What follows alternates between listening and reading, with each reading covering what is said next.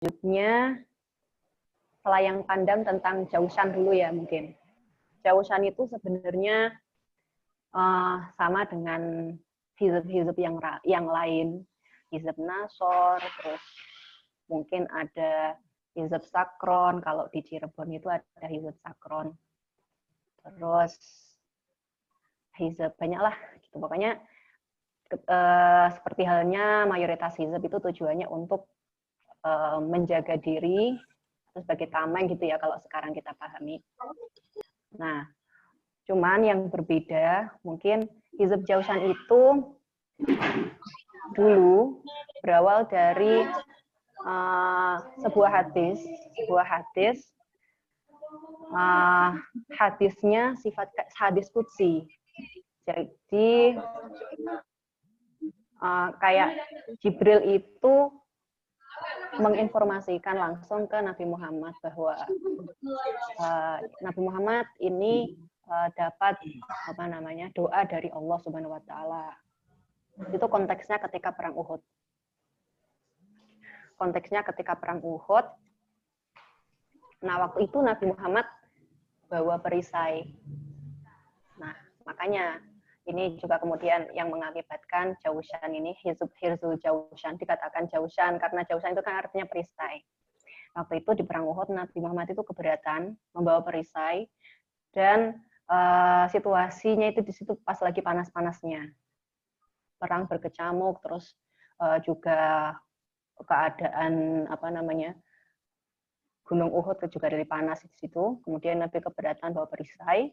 Akhirnya sama Jibril, malaikat Jibril, didahului untuk mempraktekkan doa Hirzul Jaushan itu.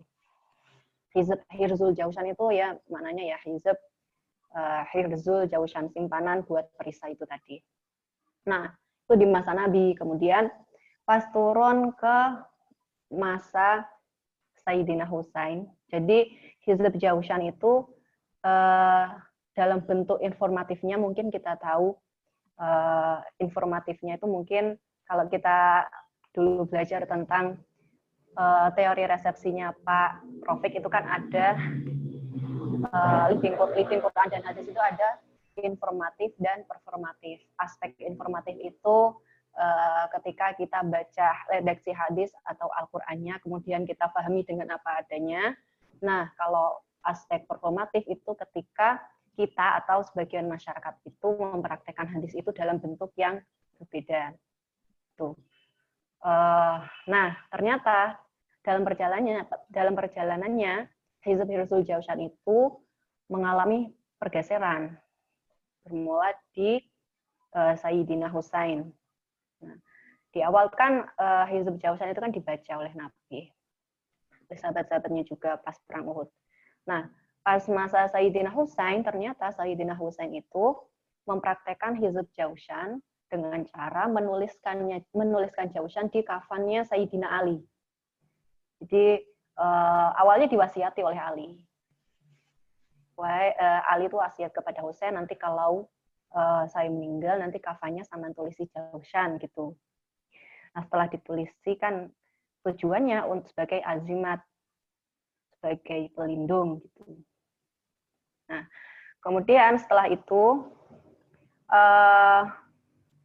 ketika di suatu daerah itu juga ya, di daerah Iran,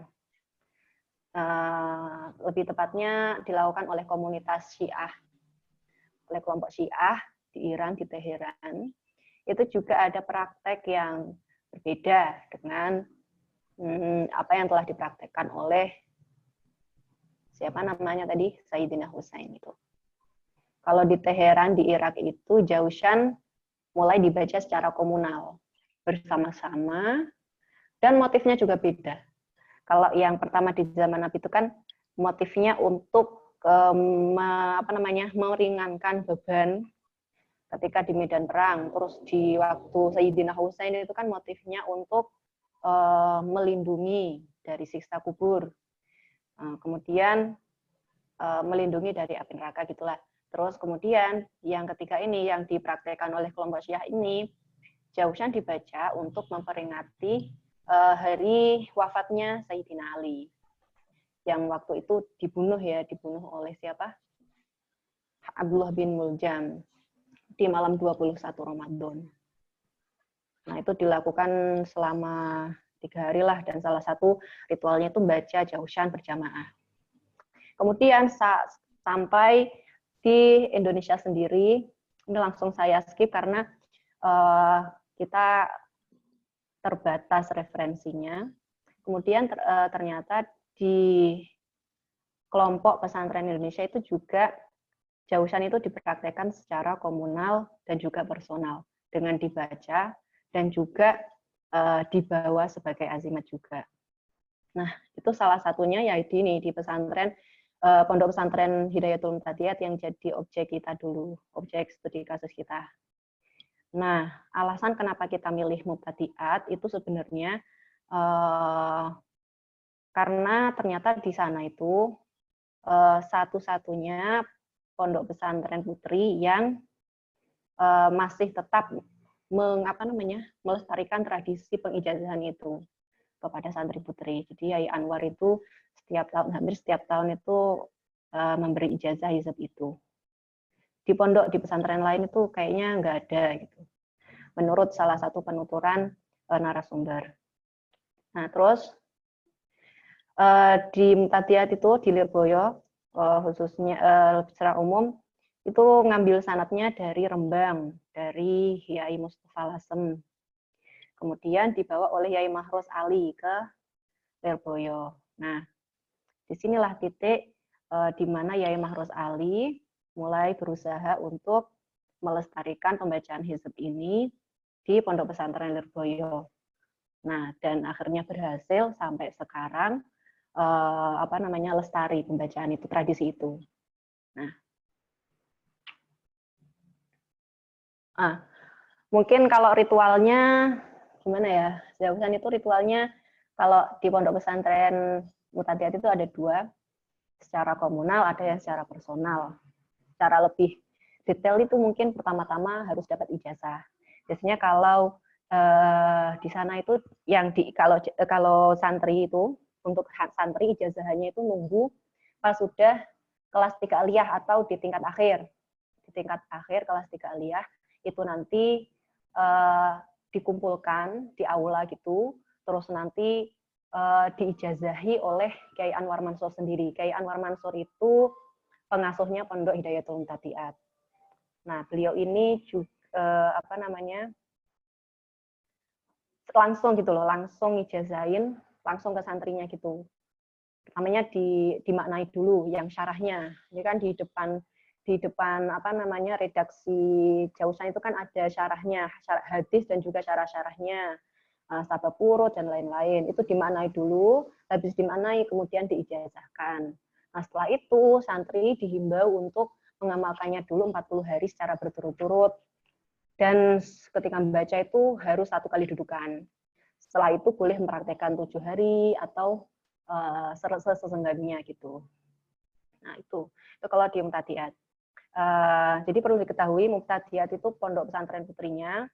Nah, kemudian yang di kiainya itu Yai Anwar Mansur. Nah, kemudian kenapa kok Yai Mahruz Ali sebagai tokoh harismatiknya? Nah, Kiai Mahruz Ali ini salah satu pendiri dari pondok pesantren dari Mubtadiat. Oh, ini ada ininya, ada slide-nya. Coba slide-nya, slide halaman kedua. Oh, oke. Nah, pembacaan hizb-hizbul Jausan dimulai di dalam Mubtadiat exegesis reception. Nah, langsung di skip di slide setelahnya. Terus, nah di sini ini sejarahnya dari Yai Mahruz Ali. Pertama kali disebarkan itu pas tahun 1985 Masehi di April. Di April itu pokoknya 2 bulan sebelum beliau itu sakit, beliau mengijazahkan.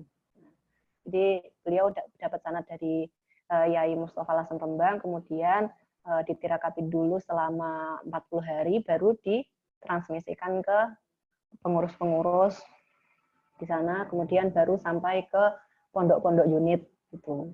Nah, ketika sampai di pondok unit, salah satu pondok unitnya itu Pondok Pesantren Hidayatul Fatihah.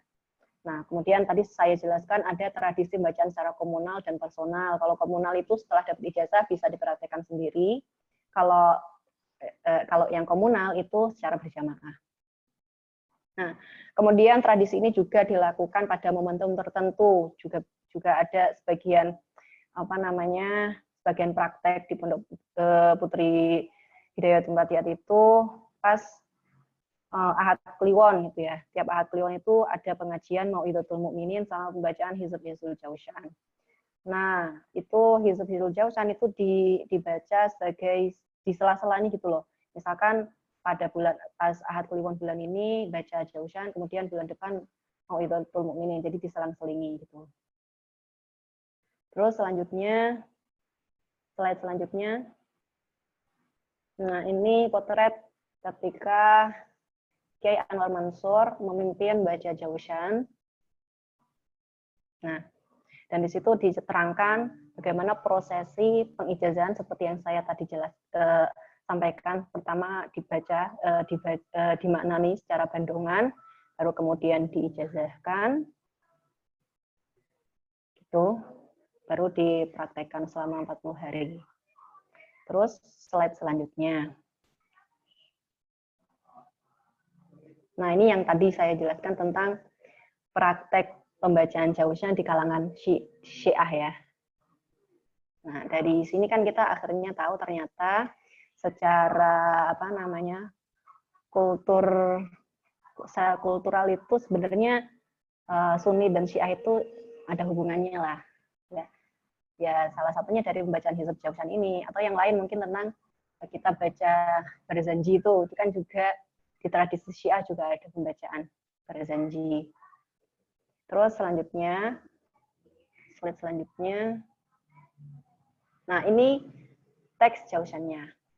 Ada perbedaan ternyata antara teks Jaushan versi di Lirboyo dengan teks Jaushan di Syiah.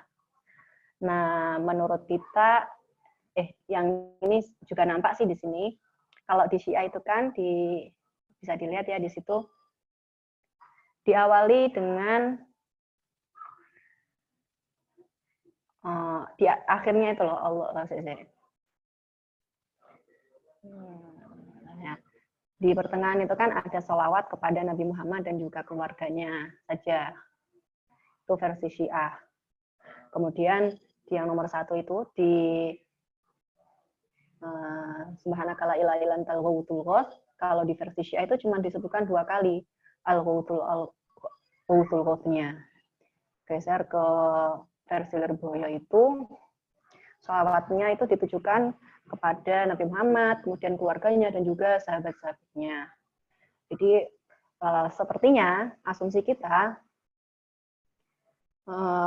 perbedaan sholawat ini mungkin yang menunjukkan bahwa menunjukkan kesyiahan dari Jaushan versi Syiah ini, kemudian dan yang di Lirboyo ini juga menunjukkan kalau ini Sunni, mungkin asumsi kita, karena kalau di versi Syiah kan yang ditonjolkan cuma Nabi Muhammad dan keluarganya.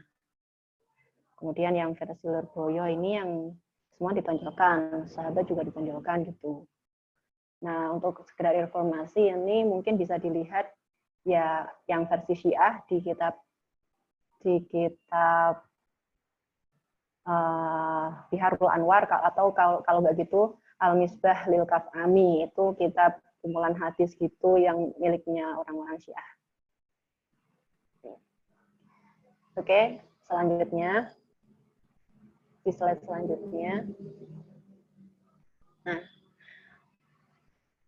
Nah ini masuk ke aplikasi teori Max Weber ini, mungkin bisa dilanjut oleh Mbak Mia. Monggo Mbak Mia.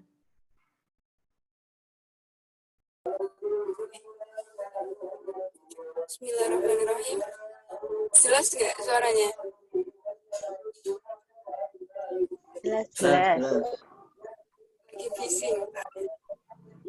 Jadi dalam penelitian Mbak Alia dan saya itu Kalau di PowerPoint-nya yang pertama Sen.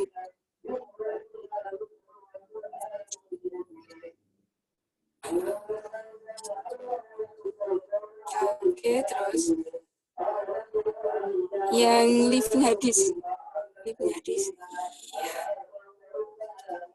Ya, jadi di penelitian kami itu ada 3 poin pembahasan. Yang pertama ada living hadis, yang kedua ada pembacaan hizib Hizbul Jausan di pondok pesantren tadi yang sudah dijelaskan oleh Mbak Halia, dan yang ketiga ada charismatic authority sebagai penawaran teori dalam resepsi eksegesis.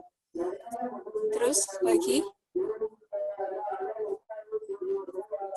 next Sen.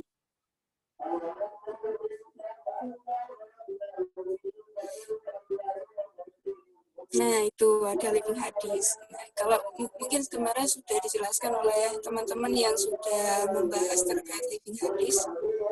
Jadi ada 3 aspek yang harus kita ketahui, ada resepsi eksegesis, bagaimana kemudian masyarakat menafsirkan itu dari teks gitu. Sehingga kemudian teks itu bisa hidup di lingkungan masyarakat. Yang kedua ada resepsi fungsional. Ini berbasis pada mungkin praktik pembacaannya. Kemudian ada resepsi estetik yang dia berorientasi pada ekspresi estetika pembaca atas teks. Nah, dari 3 aspek ini kebanyakan ketika ada fenomena yang melibatkan teks hadis, terutama hadis di sini, itu seringkali melibatkan yang kedua, yang 2 hal, ada resepsi fungsional dan estetik. Nah, dalam hal ini kemudian kita kenapa kok tidak mencoba dari sisi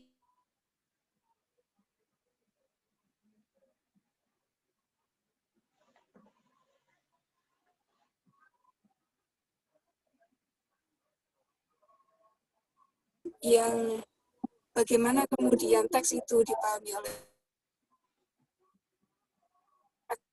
yang sangat dipatuhi oleh masyarakat sekitar. Maka dari itu kemudian ini sangat cocok bahwa teori charismatic authority punyanya Max Weber ini dalam kajian resepsi eksegesis living.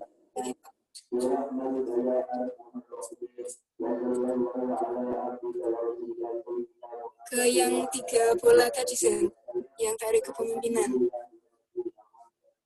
Kita langsung ke situ karena ini sudah dijelaskan Mbak Halia. Oke, nah itu. Jadi menurut Max Weber itu teori kepemimpinan ada 3. Yang pertama ada secara rasional, ada yang secara tradisional, dan ada yang secara charismatik. Yang rasional ini melibatkan birokrasi. Jadi dia dapat dianalisis secara intelektual, secara rasional. Yang secara tradisional dia berarti sifatnya patriarki, patrimonial atau sejenisnya yang terikat pada presiden dari masa lalu, dan ini yang hidup di masyarakat. Jadi dia misalnya sebagai kepala suku atau bagaimana, karena ini sifatnya tradisional. Kemudian yang ketiga ada yang sifatnya charismatik. Nah, charismatik ini adalah yang justru kebalikan dari keduanya, dari rasional dan tradisional. Bahwa charismatik itu dia merupakan atau dia tidak dia mengakui tidak adanya perampasan posisi kekuasaan. Jadi dia tidak bersifat birokrasi maupun yang ada di masyarakat yang hidup atau yang tradisional tadi itu yang dia dipatuhi karena adanya sesuatu dari atas. Kan kalau tradisional misalnya dia yang hidup di tradisional dia misalnya kepala suku atau bagaimana itu kan terus akan dipatuhi, tapi charismatik tidak melihat itu, tidak melihat kekuasaan runtutan itu, tapi dia melihat keistimewaan yang dimiliki oleh agennya itu, satu sosok yang diikuti itu. Jadi selama agen itu atau orang itu bisa menerima dan memuaskan para pengikutnya, maka selama itu juga dia akan diikuti. Begitu. Next lagi, Sen.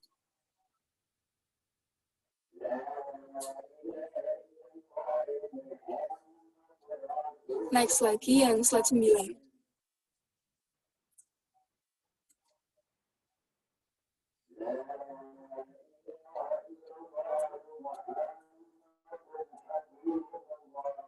Yang slide 9.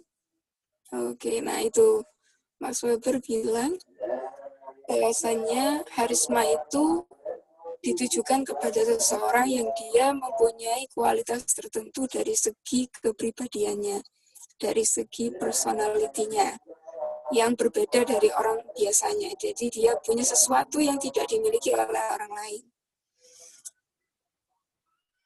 Dan orang yang berharisma itu akan diperlakukan sebagaimana orang yang dia diberikan atau dia yang diberkahi dari sisi supranaturalnya, kemudian dari supramanusianya yang artinya hanya dia yang memiliki kekuatan itu, atau kekuatan khusus dan kualitas yang sangat luar biasa. Itu menurut Max Weber bahwa harisma itu diberikan kepada seseorang yang mempunyai kualitas tertentu dari segi kepribadian.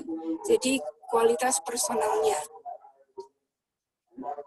Terus kemudian Max Weber melanjutkan, harisma bukan terletak pada predikat yang disandangnya, tapi cenderung pada bagaimana individu itu menjadi sosok yang harus dipatuhi. Terletak pada konsepsi kepatuhan pengikutnya yang timbul dari sikap antusias. Kenapa kemudian orang mengikutinya? Karena orang-orang itu antusias kepada agent tadi itu, kepada orang yang sangat dipatuhi tadi itu. Karena ada sebuah harapan dari para pengikutnya, dan ada sebuah keputusasaan. Jadi ada sebuah harapan atau dia mengkhawatirkan sesuatu sehingga dia mempercayakannya kepada agent tadi itu. Jika tanda harisma itu gagal untuk waktu yang lama, itu mengindikasikan bahwa otoritas harismanya atau harismatiknya telah hilang. Gitu. Jadi dalam penelitian kami ini dari yang awalnya dia penelitian yang hanya meneliti bagaimana hizib ini dilakukan, bagaimana hizib ini kemudian hidup di tengah masyarakat, sekarang kemudian ditambah dengan satu tawaran teori bahwasanya charismatic authority yang diperkenalkan oleh Max Weber ini sangat relevan atau bisa dijadikan salah satu cara untuk meneliti bagaimana masyarakat itu atau bagaimana teks itu hidup di lingkungan masyarakat, yaitu dari segi resepsi eksegesinya. Kira-kira begitu.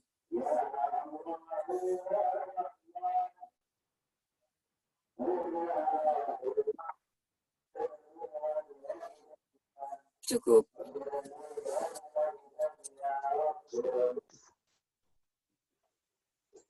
Sudah, Mbak Mia.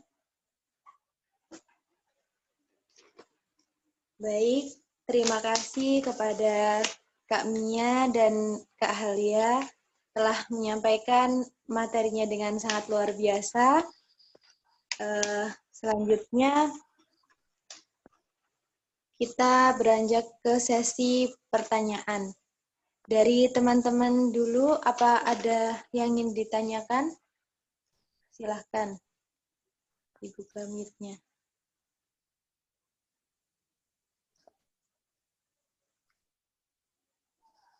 Dari teman-teman, apa ada yang ingin ditanyakan? Saya awali dulu ya, Kak. Itu tadi kan dikatakan bahwa Jausan ini ada proses pengijazahan kepada santri, begitu ya, Mbak Halia? Nah, itu apakah dalam proses pengijazahan itu ada semacam janji atau sumpah begitu disampaikan oleh yang mengijazahkan bahwa nanti kalau nggak mengamalkan sampai seterusnya akan gimana atau ada perjanjian tertentu sebelumnya atau gimana, Kak? Halia, silahkan. Oke. Terima kasih Mbak Iva pertanyaannya. Jadi untuk Hizb Jausan itu saya kira nggak ada perjanjian kalau nggak mengamalkan seperti itu tadi ya. Jadi seperti ini kan sifatnya kayak amaliyah gitu ya, fadhail amal gitu, termasuk zikir, wirid ya. Jadi nggak ada semacam ingdar atau ancaman kalau nggak mengamalkan itu bakal kenapa. Jadi sifatnya sekedar anjuran dalam keadaan-keadaan tertentu juga. Gitu. Jadi nggak ada ancaman untuk harus mengamalkan. Gitu. Oh iya. Nah, kalau dari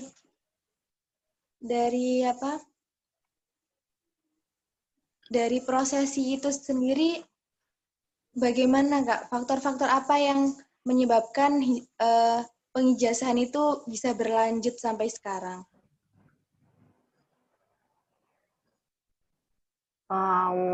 Ya karena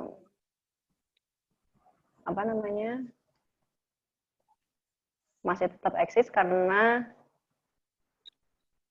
tetap diijazahkan itu tadi.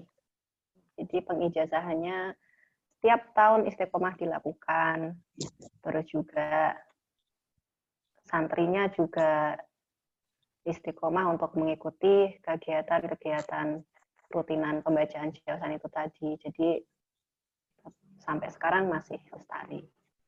Bahkan di tiap daerah, kan Pondok Lirboyo kan tiap daerah buat naungi alumni-alumninya kan kayak punya semacam komunitas alumni toh, namanya tuh Himasal, himpunan alumni santri Lirboyo itu hampir di seluruh komunitas daerah kayak gitu punya agenda rutin semacam baca jausan gitu, makanya tetap lestari.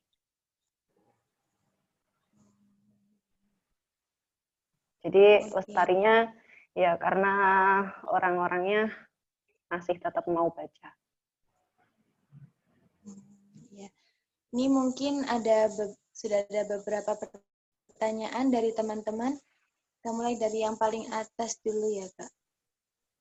Nah, ini ada dari Yusril. Mohon maaf, Kak, mungkin saya ketinggalan tentang resepsi Genesis itu apa ya? Dari Mbak Mia mungkin bisa dijelaskan lagi yang lebih detail tentang resepsi Genesis ini. Saya silahkan Mbak Mia. Jadi dalam living tadi ada 3 aspek. Kita mau belajar living Al-Quran juga sama. Ada 3 aspek itu. Ada resepsi eksegesis, kemudian fungsional, dan estetik.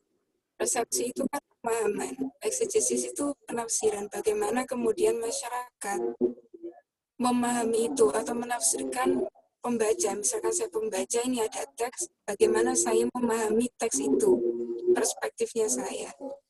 Nah, pemahaman semacam ini kan tidak mungkin timbul hanya dari kita. Kalau misalnya hizib ini awalnya bahkan dari sebelah juga ada, Syiah juga mempraktekkan ini. Tapi bagaimana kemudian hizib ini bisa ada di masyarakat di Kediri yang notabene dia adalah Sunni. Begitu. Jadi siapa yang kemudian mempengaruhi resepsi itu? Nah, itu ada ajen. Ajen inilah yang kemudian berperan untuk memberikan pemahaman kepada masyarakat. Jadi bagaimana masyarakat memahami teks itu dipengaruhi oleh satu orang. Seharusnya kan begitu. Dipengaruhi oleh orang yang sangat kuat otoritasnya seperti itu. Jadi resepsi eksegesis itu pemahaman masyarakat bagaimana dia menafsirkan terkait teks itu. Dan ini ada unsur dipengaruhinya, kira-kira begitu. Kalau fungsional kan bagaimana teks itu digunakan. Misalnya dibaca atau sebagainya, kan begitu. Kemudian yang ketiga ada estetik. Ada estetika, ada ekspresi estetika pembacaan atas teks. Kira-kira begitu, atau Mbak Alia bisa menjelaskan lebih gamblang lagi?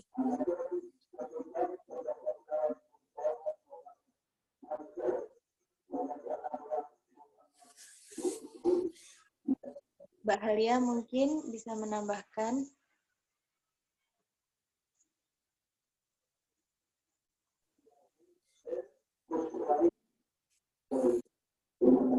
Ini ada tambahan pertanyaan lagi.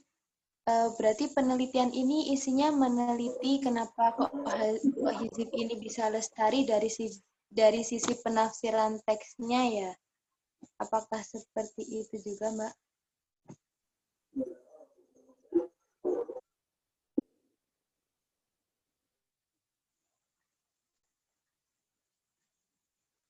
Dari Mbak Halia mungkin atau Mbak Mia, silahkan. Pertanyaannya kedua. Halo.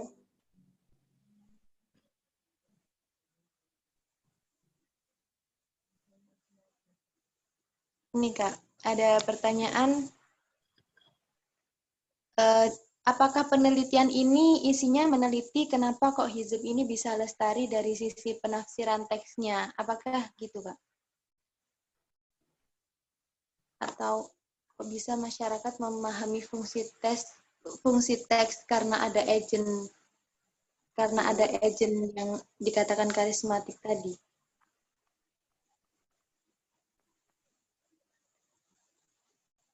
Bisa dipahami, Kak, pertanyaannya? Ini di chat room. Oke.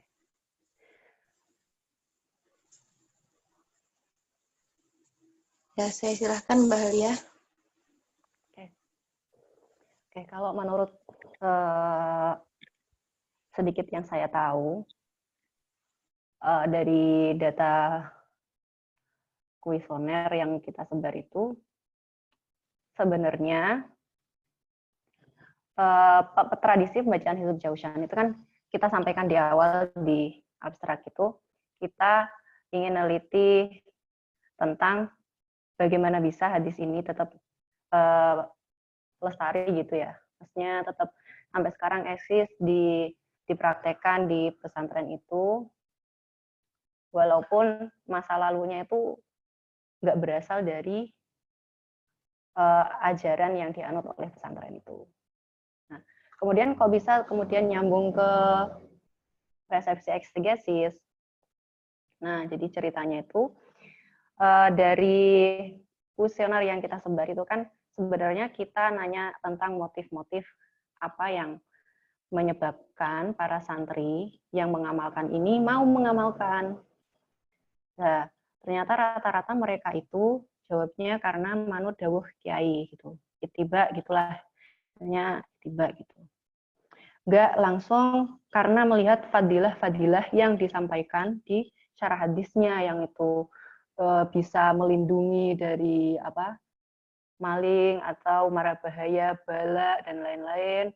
Kemudian bisa untuk mengabulkan seluruh hajat dan lain-lain. Ada jawaban seperti itu, cuman rata-rata dari mereka itu menjawab ittiba kepada kiai.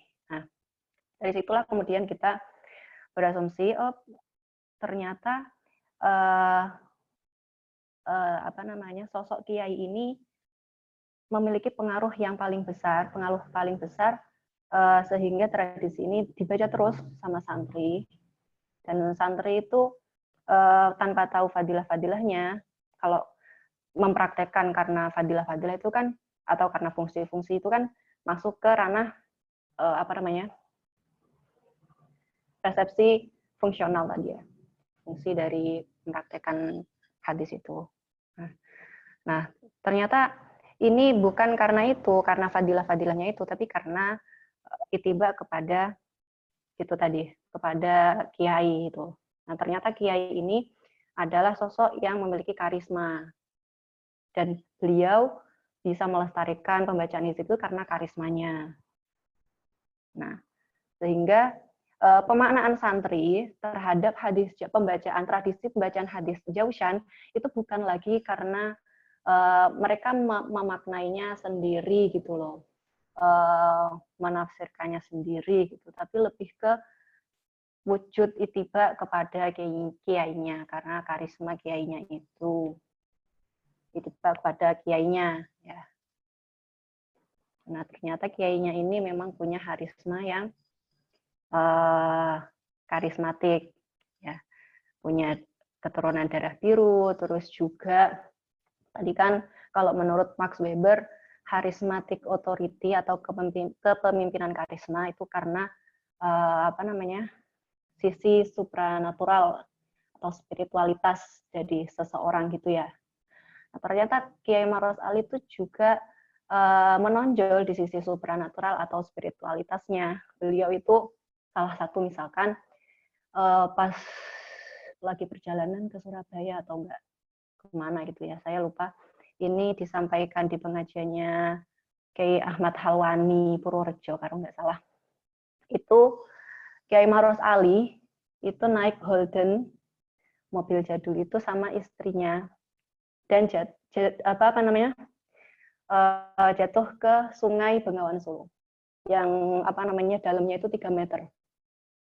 Nah, rombongan yang di belakangnya itu bingung gimana ya, selamat apa enggak gitu. Terus akhirnya pas beberapa selang jam kemudian diangkat itu mobilnya, dibuka pintu pintu mobilnya Yai Maros Ali, ternyata Yai Maros Ali itu sedang merokok, artinya beliau itu ya nggak kenapa-napa, malah ngerokok dan nggak ada air satu tetes pun yang masuk ke mobilnya. Padahal sungai itu dalam. Begitupun istrinya juga nggak aman-aman saja gitu. Itu salah satu karisma contoh dari karismanya Kiai Maros Ali. Mungkin gitu. Jadi resepsi eksegesis itu mungkin kalau paham saya lebih ke itu pemaknaan santri yang berupa itiba kiai gitu. Mungkin ada masukan ya. Karena saya sendiri pun kalau bilang yakin gitu jawabannya, sebenarnya ya nggak yakin juga karena saya masih awam tentang living Quran dan hadis. Belajar cuma 2 minggu.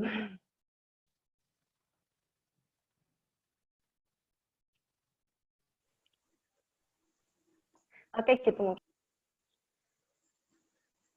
Ya, ya berarti ini emang kita sama-sama masih belajar ya Kak ya.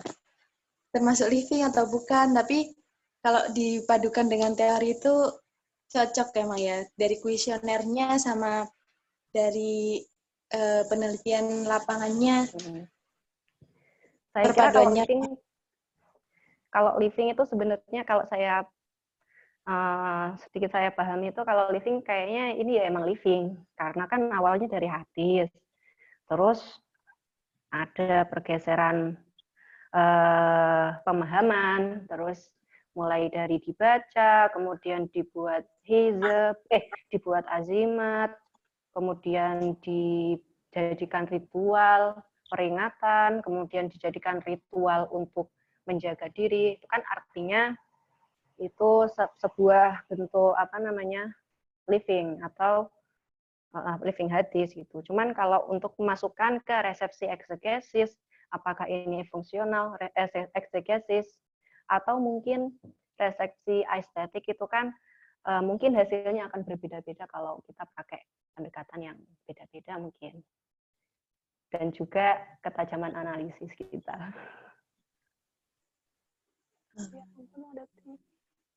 Ya benar ya, itu masuk.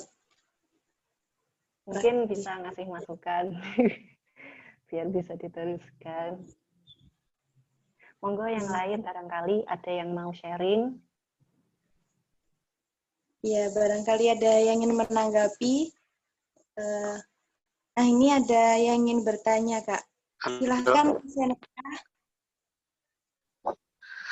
Ya. Terima kasih banyak atas kesempatannya. Sangat menarik. Ini sebenarnya satu rumpun ya. Ini saya juga bersama-sama teman-teman ini. Jadi di Jogja saat itu memang punya target untuk terpublish di jurnal. Jadi terkait living Quran maupun hadis. Oke, ada beberapa pertanyaan yang ingin saya tanyakan. Yang pertama, ini kan amalan Syiah, ini kan berasal dari Syiah. Apakah saat itu Yai Mahruz Ali kemudian diteruskan oleh Mbah Anwar Mansur, apakah tidak ada yang resisten dari sesama kiai mungkin ya, atau bahkan dari muridnya sendiri yang mengingatkan atau sedikit tanda kutip mungkin agak menanyakan, sebenarnya juga tidak elok ya kalau bertanya, kiai ini kok kan ini amalan Syiah, ini kok kenapa harus diamalkan oleh orang NU? Nah, kan begitu bahasanya.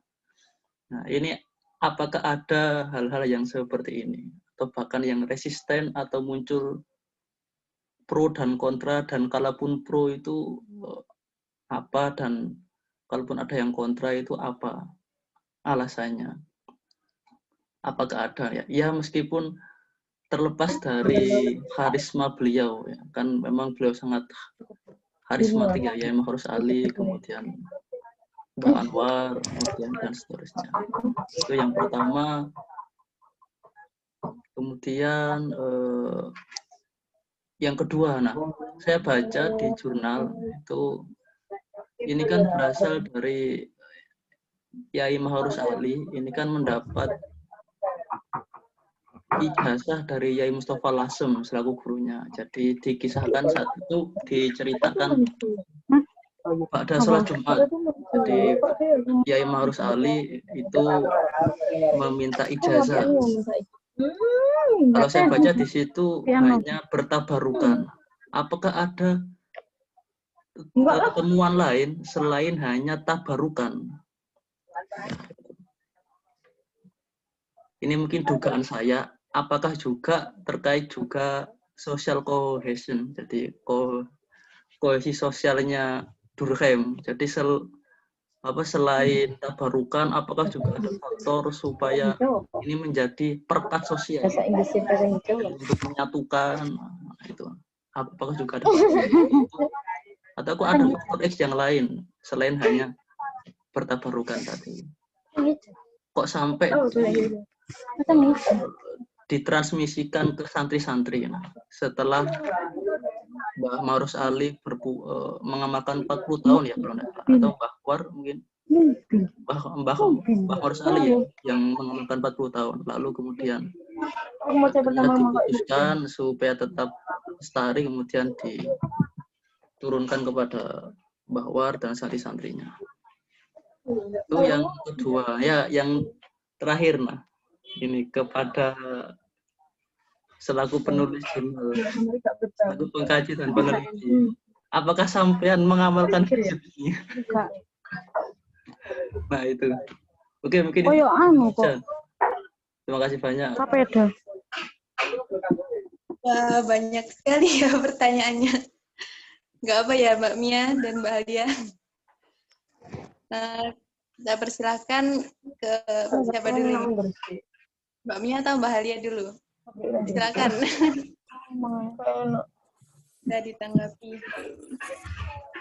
Dua dari pertanyaannya Senata tadi sudah sempat ditanyakan pada waktu itu. Jadi, ya Mbak Alia, ke siapa? Kita sudah tanyakan itu ke Gus Adib ya. Sudah. Oh ya, sudah ditanyakan bahwa tadi terkait Syiah itu bukan amalan Syiah. Jadi itu sudah ada pada waktu Nabi, itu harus dikoreksi. Jadi teks itu sudah ada pada waktu Nabi berdasarkan riwayat-riwayat itu. Kemudian Syiah juga mengadopsi dan lain sebagainya, kita juga. Jadi kalau terkait dengan pro dan kontra itu saya kira tidak ada pada waktu itu. Jadi pada waktu wawancara tidak dijelaskan sampai situ. Pokoknya kalau sudah apa kata kiai ya sudah itu berarti. Jadi kan kuat di situnya. Itu sih. Bisa ditambah Mbak Alia itu. Tadi pertanyaan pertama gimana? Udah mulai oleng. Kalau dari si A apa enggak pro dan kontra gitu? Oh, Apa enggak kontra sih kalau dari si A? dulu kita sempat nanya ya, ada resistensi enggak gitu. Ya, ada penolakan Gus atau Adib bagaimana? ini putranya ya Anwar Mansur. Waktu itu kita wawancara karena nggak bisa langsung wawancara ke Yai Anwar. Kita juga nanya apa nggak ada resistensi, karena ini kan dulu ini juga diamalkan oleh Syiah. Tapi ternyata enggak sih. Ya, nggak ada resistensi. Tadi jawabannya menurut saya sudah cukup sih. Ya karena ini kan awalnya dari hadis Nabi, bukan dari Syiah. Siapa saja yang mau mengamalkan dari golongan manapun ya oke-oke saja. Mungkin perlu ditambahkan itu ya, karena waktu itu kan ini kan masa-masa kemerdekaan ya, masa-masa Indonesia mau merdeka, apa ya pokoknya masa-masa masih hawa-hawa kemerdekaan Indonesia mau merdeka, itu kan dari golongan kiai itu banyak mempraktekkan hizb-hizb. Selain tujuannya untuk itu tadi, untuk tameng atau untuk menjaga dari serangan penjajah. Jadi mengamalkan hizb Nasor, hizb Jaushan, Sakron itu diamal. Makanya pas waktu itu lagi trending mengamalkan hizb-hizb kayak ginilah, wirid-wirid kayak gini untuk menjaga dari penjajah. Jadi nggak ada mikirnya nggak sampai ada resisten nggak ke Syiah itu. Lagi pula ini juga sudah ada sejak dibawa oleh Wali Syarif Hidayatullah Gunung Jati. Itu kalau di Muqaddimah Jaushan itu ada tawasulnya kan, itu tawasulnya dari Yai Mahruz Ali, Mustafa Lasem Rembang, kemudian tawasul ke Syarif Hidayatullah Gunung Jati. Jadi sudah sejak Wali Songo itu sudah jadi apa ya istilahnya, sudah menjadi tradisi di Indonesia. Jadi kalau menurut saya kalau sudah jadi tradisi itu masyarakat sudah nyaman dengan tradisi itu, saya kira untuk resistensi dengan praktik di Syiah itu nggak sampai ke situ. Dan ternyata memang enggak, kata Gus Adib itu. Terus tabarukan tadi, selain tabarukan ada motif lain enggak ketika minta ijazah Jaushan ke Kiai Mustafa Lasem di Rembang? Pas dulu kita tanya, Gus Adib itu bilangnya enggak ada, itu cuma tabarukan, karena waktu itu tuh sudah menjadi kebiasaan bagi kiai itu untuk saling tabarukan, biasanya ke kiai yang lebih sepuh, tabarukan minta tabarukan hizb atau tabarukan baca kitab atau dan lain-lain gitulah. Nah, setelah minta tabarukan aja, habis itu diamalkan selama 40 tahun, baru setelah 40 tahun Kiai Mahruz Ali itu baru berani untuk memberikan ijazah ke santri-santrinya. Gitu.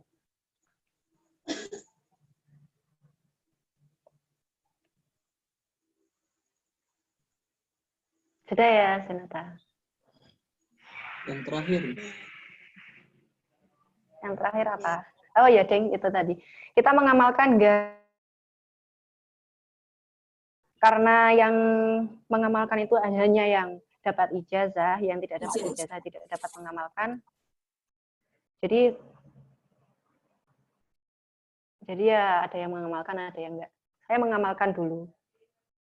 Kalau Mbak Mia kan, gimana Mbak Mia? Kamu pernah puasaan di situ nggak? Kalau pernah puasaan, bisa jadi dapat ijazah. Ini cuma semalam. Ya barangkali saya bisa dapat ijazah. Saya dulu gitu. pernah mengamalkan Langsung. itu, tapi nggak itu sih, nggak terus. Gitu. Maksudnya habis 40 hari itu nggak tak baca terus. Ya paling kapan itu baca sekali-kali gitulah. Soalnya kan kalau anjuran dari Kiai itu kan kalau sudah selesai 40 hari boleh dibaca terserah. Pokoknya yang pertama itu ya ada hari-hari hitungan harinya khusus, tapi praktek yang pertama gitu.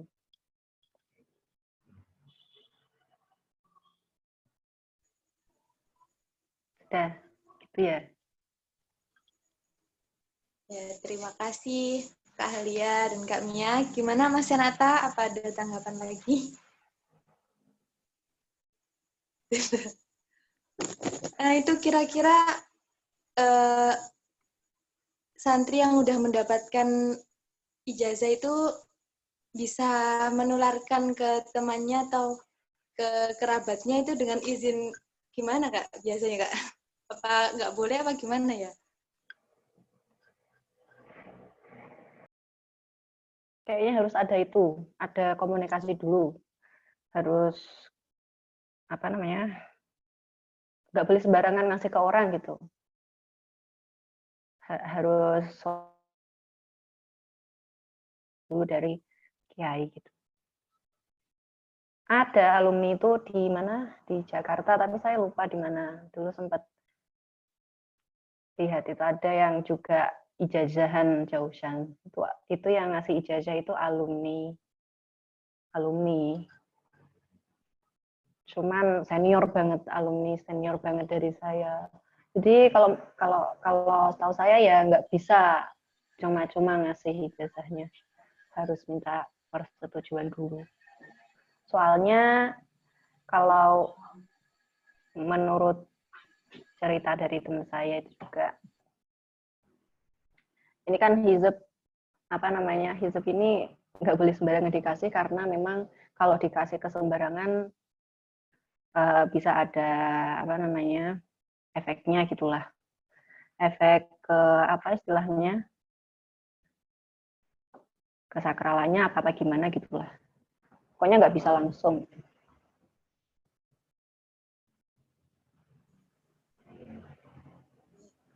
Buat yang ya Buat gimana Kak?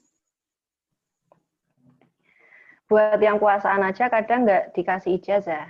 Jadi kan biasanya pas kilatan Ramadan itu kan ini juga ada maknani syarah Jaushan ini kan, itu nggak mesti sekalian diijazahkan bahkan.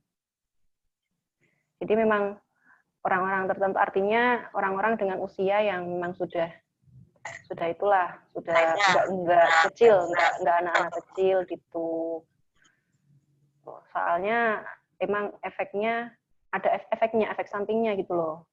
Kalau yang usianya dini terus mengamalkan ini, apalagi kalau mengamalkan motifnya memang kelihatan, ada yang kelihatan gitu. Itulah, intinya nggak bisa disebarluaskan dengan cuma-cuma. Gitu, Mbak Iva. Mbak Iva. Ya, terima kasih Mbak Halia dan Mbak Mia. Ini udah pukul 9. Sampai jam berapa ya Mas Sen? Monggo. Ini Tergantung dari teman-teman, apakah ada yang ingin bertanya lagi kepada Mbak Mia dan Mbak Halia? Ini mumpung ada ingin langsung. Saya halo Ya silakan Mas Ril. jadi saya ini kan buta sama living hadis gitu ya. Soalnya saya sebenarnya hanya lulusan SMA saya. Nah, tapi kalau saya lihat dari pembagian dari living hadis ini kan ada tadi yang fungsi dan ada estetik. Jadi kalau yang saya pahami living hadis ini menghidupkan hadis. Kalau dikategorikan sebagai fungsi berarti menjadikan sebuah hadis ini sebagai suatu fungsi gitu ya. Kemudian kalau yang sebagai estetik berarti sebagai estetik atau bagus-bagusan gitu. Tapi kalau yang tadi resepsi eksegesis ini kan tadi penafsiran gitu ya. Ini maksudnya hadis ini hidup karena penafsiran seseorang terhadap hadis itu, atau gimana gitu. Kalau soalnya nemu sambungannya sama kenapa hadis ini bisa ada karena karismanya dari kiai itu ya. Apa maksudnya itu kayak gini? Seseorang atau masyarakat menghidupkan hadis ini karena menafsirkan hadis ini adalah sebagai bentuk tawaduknya terhadap kiai, apa seperti itu. Jadi mungkin gitu sambungan-sambungan cara memisahkan gitu. Itu kan juga bisa masuk ke fungsi jadinya. Ini fungsinya saya melivingkan hadis ini untuk menunjukkan rasa tawaduk saya atau gimana gitu. Mungkin bisa juga dijelaskan resepsi eksegesisnya ini dengan hadis-hadis lain gitu. Dengan melivingkan hadis yang lain gitu, yang dalam bentuk resepsi eksegesis itu gimana? Penafsiran terhadap hadis itu gitu. Penafsiran maksudnya apa gitu yang kalau orang menafsirkan sesuatu hadis terus apa yang dilivingkan gitu maksud saya. Terima kasih. Baik, dari Kak Mia dan Kak Halia sudah bisa memahami pertanyaannya ya. Saya silahkan untuk menanggapi, menjawab pertanyaan tersebut. Monggo Mbak Mia.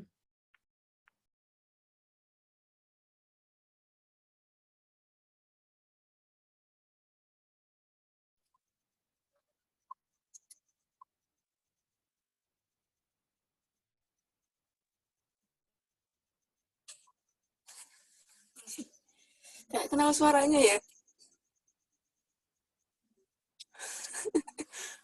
Kayak suaranya Akbar.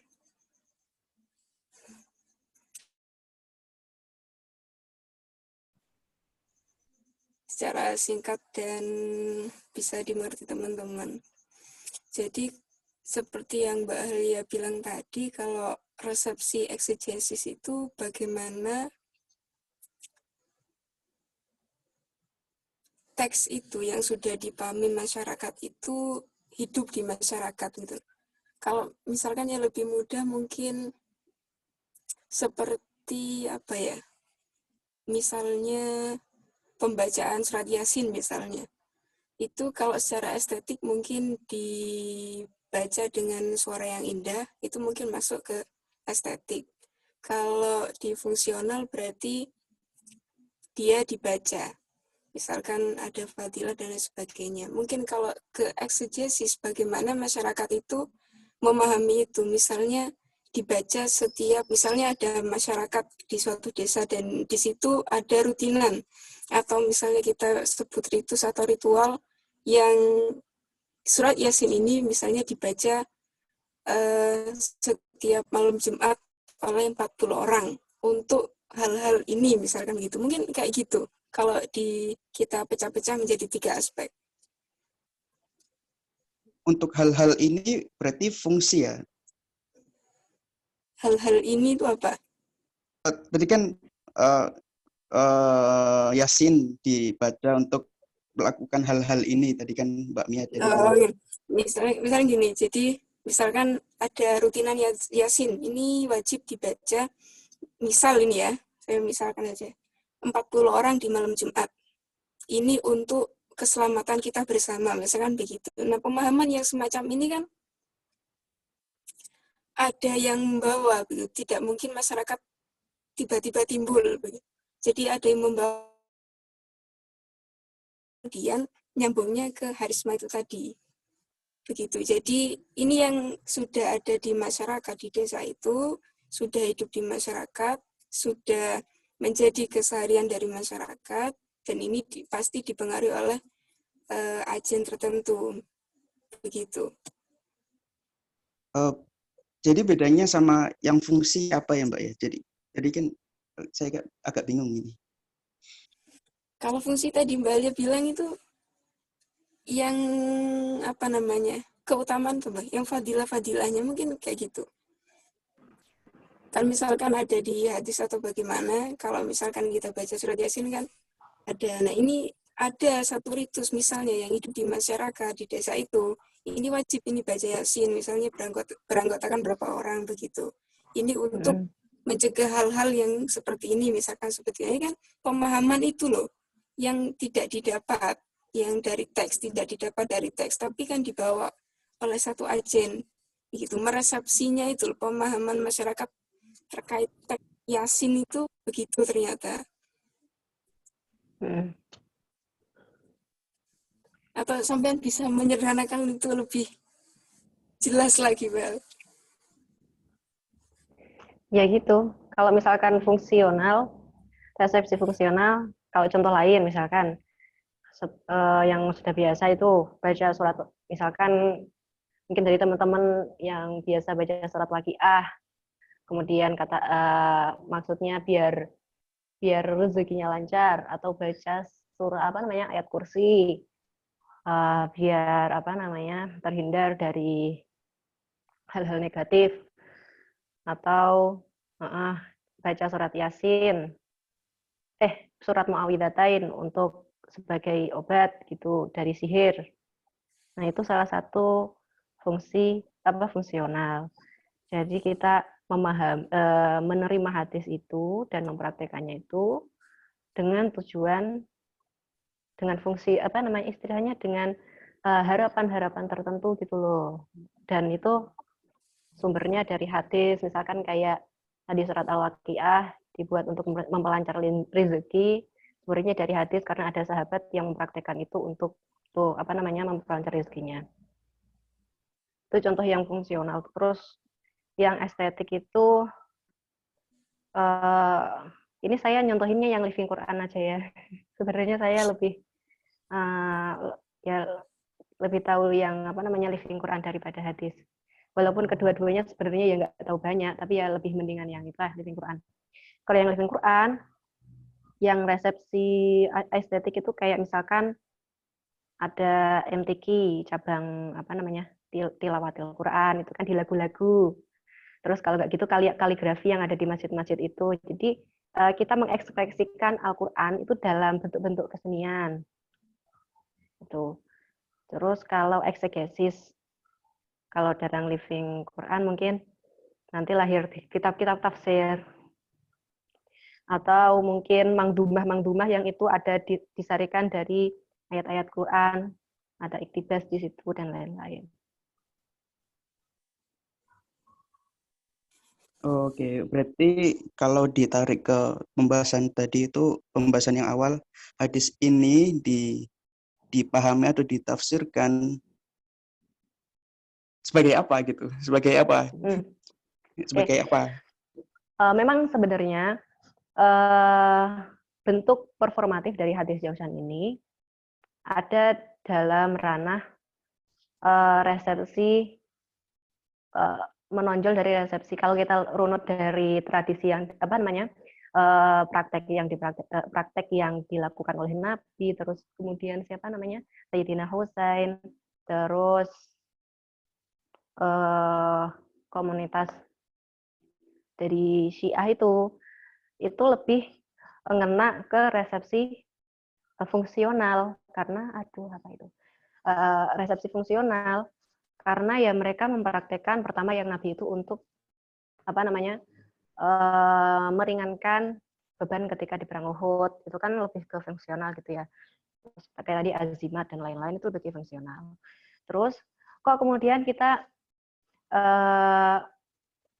mencoba untuk menganalisis bahwa tradisi pembacaan Hizb Jaushan ini di Muntadat itu lebih ke resepsi eksegesis. Kenapa? Nah, ini sebenarnya berawal dari kita memberi tawaran gitu ya. Jadi karena ternyata di Pondok Pesantren Muntadat itu tradisi pembacaan Hizb Jaushan tidak diresepsikan secara performatif. Diresepsikan secara fungsional, tapi lebih ke eksegesis dalam bentuk penafsiran,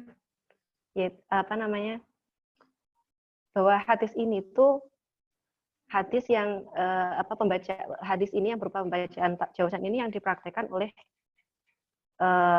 kiai kita, yaitu karena karismanya itu tadi, terus akhirnya dipraktekkan juga oleh santri-santrinya. Eksegesis kan pemahaman gitu ya, pemahaman, terus gimana gitu ya Mbak Mia?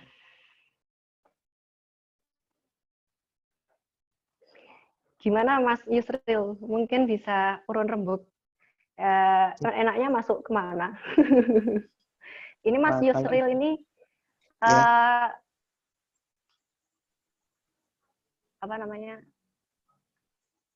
alumni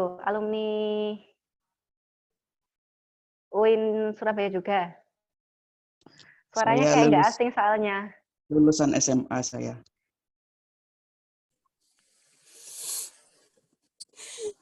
Iya, kayak suaranya teman saya persis banget.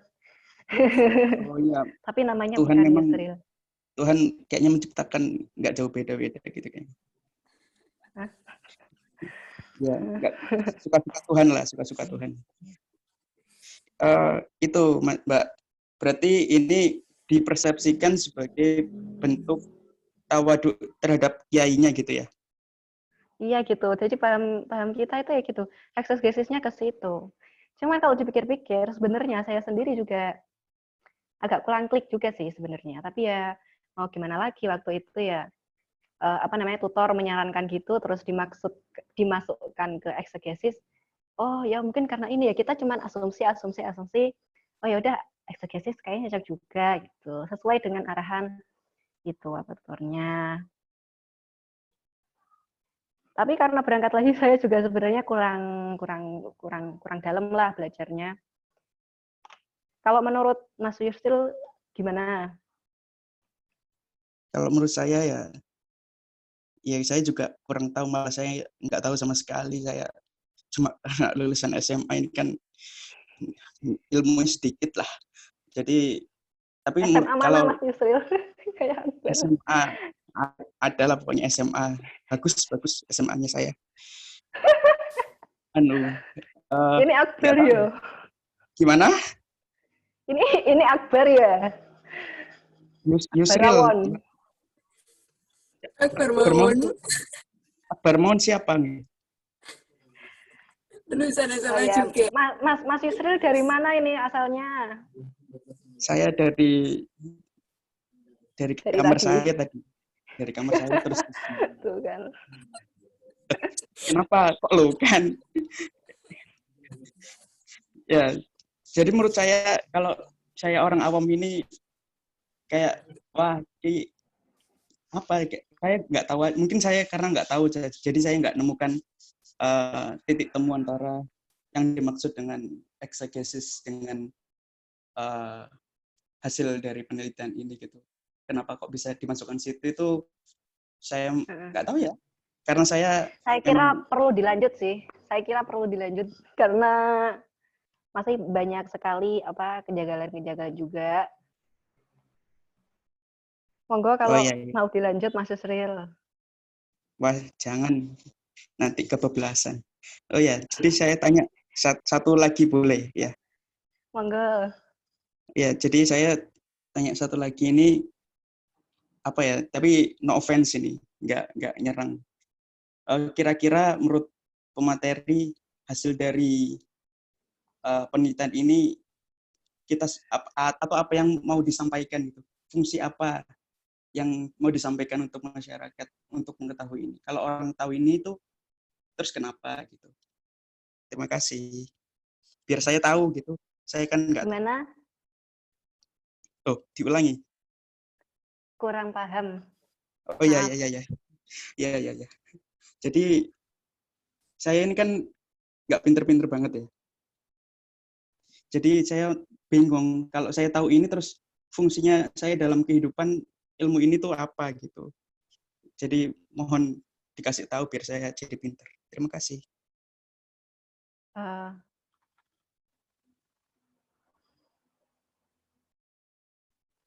ilmu living gitu ya maksudnya, Mas Susril. Ilmu dari penelitian ini kalau tahu ternyata hizib tadi apa ya hizib tadi. Ya, hizib ini Mm-mm.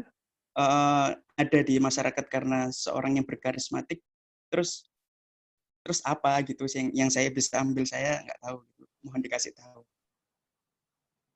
Hmm. sih saya dalam kehidupan saya gitu ya, walaupun Mbak nggak tahu hidup saya sih, atau mau jadi pendamping hidup saya mungkin. Oh, ya. Oh, jadi kayak semacam itunya ya. Apa sih gunanya penelitian ini buat orang? Nggak tahu, nggak ada gunanya. Karena bodohnya saya Ya, nggak tapi ya tahu gitu ada lah, makanya tanya. dikit-dikit ada lah. Mungkin ya itu tadi. Apa Mbak Mia? Apa gunanya?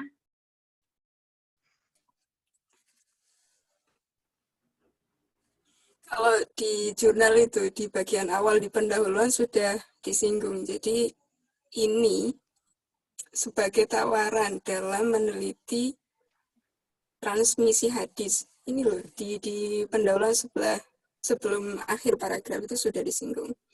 Jadi bahwa yang teori yang dibawa oleh Max Weber terkait charismatic authority ini bisa juga digunakan dalam meneliti atau menganalisa terkait resepsi eksegesis. Kita balik lagi ke situ, karena ini menjadi dasar kenapa kita menggunakan teori itu. Jadi ini sebagai tawaran saja kalau kita mau meneliti believing begitu. Oh ya ya ya ya ya, saya paham paham paham. Oke oke. Kalau ada tambahan boleh, silakan silakan.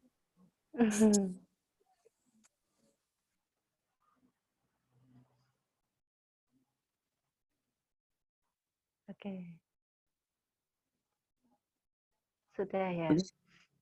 Oke oke. Thank you. Kalau udah ya udah. Terima kasih. Maaf mengganggu.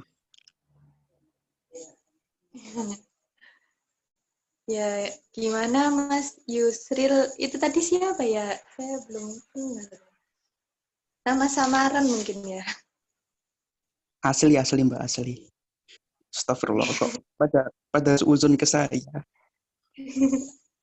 Ini mencurigakan nih. Banyak yang kenal sepertinya. Ya, begitu ya Mas Yusril. Bagaimana? Apakah ada tanggapan lagi? Sudah terima kasih. Ya, dari teman-teman, apa ada yang ingin menyampaikan? Halo, Ya, silakan. saya ingin tanya. Siapa itu tadi? Inje. Ya, Mbak silakan. Lima. Kok suaranya cowok, Mbak Lima? Solihuddin, bukan Lima. Solih. Oh, iya. Bentar. Ya. Assalamualaikum warahmatullahi wabarakatuh. Waalaikumsalam warahmatullahi wabarakatuh. Terima kasih untuk pemateri karena telah memberikan penjelasan yang begitu luar biasa.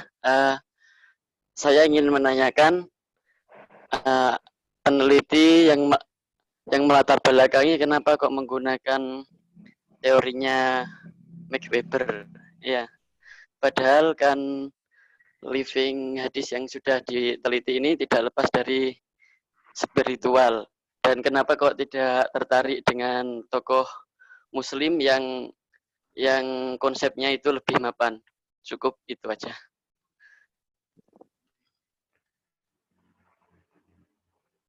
Silakan Mbak Halia sebenarnya menanggapi pertanyaannya.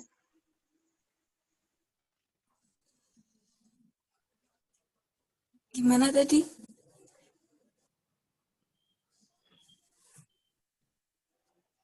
Bisa diulang Mas Salahuddin?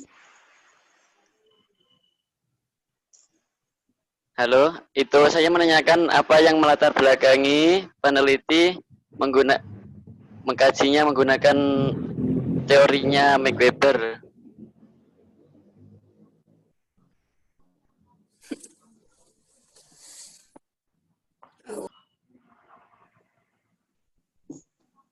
Ya. Jadi apa yang melatar belakangi Mbak Mia dan Mbak Halia memilih teori Max Weber ini untuk dikaji ulang? Sebenarnya gitu. Bisa ditanggapi, silakan Mbak Mia.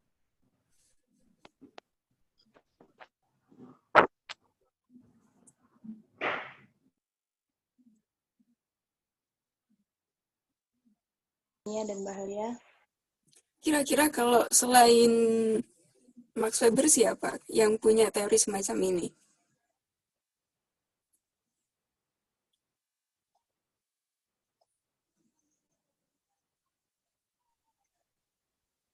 Nah ini, gimana Mas Salahuddin? Ini Saya emang kurang tahu. cocoknya Ingin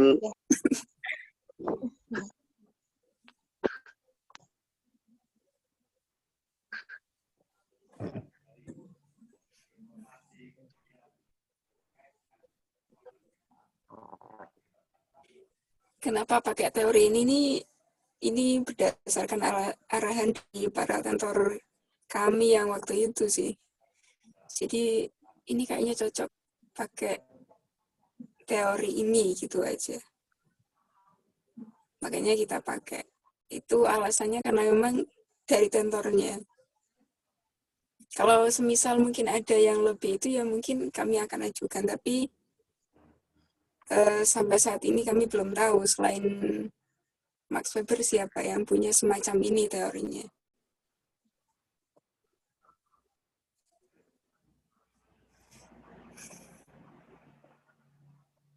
ya seperti itu ya Mas Salahuddin. Dari Mbak Halia mungkin ada yang ingin disampaikan? Cukup Mbak Mia tadi jawabannya. Cukup. Kita lanjut ke pertanyaan selanjutnya ya. Ini ada satu lagi dari Mas Lukman Hakim. Saya mau nanya sejauh mana pengaruh karismatik authority dalam kasus Hizb Jausan ini? Apakah semua santri Lirboyo misalnya sangat ingin mengamalkan hizb tersebut atau ada faktor lain? Juga dibanding dua macam authority lain, gimana perbandingannya dengan karismatik authority? Seperti itu. Bisa dipahami, Mbak? Agak. Iya, iya. Ya, silahkan dijawab Mbak Mia dan Mbak Halia.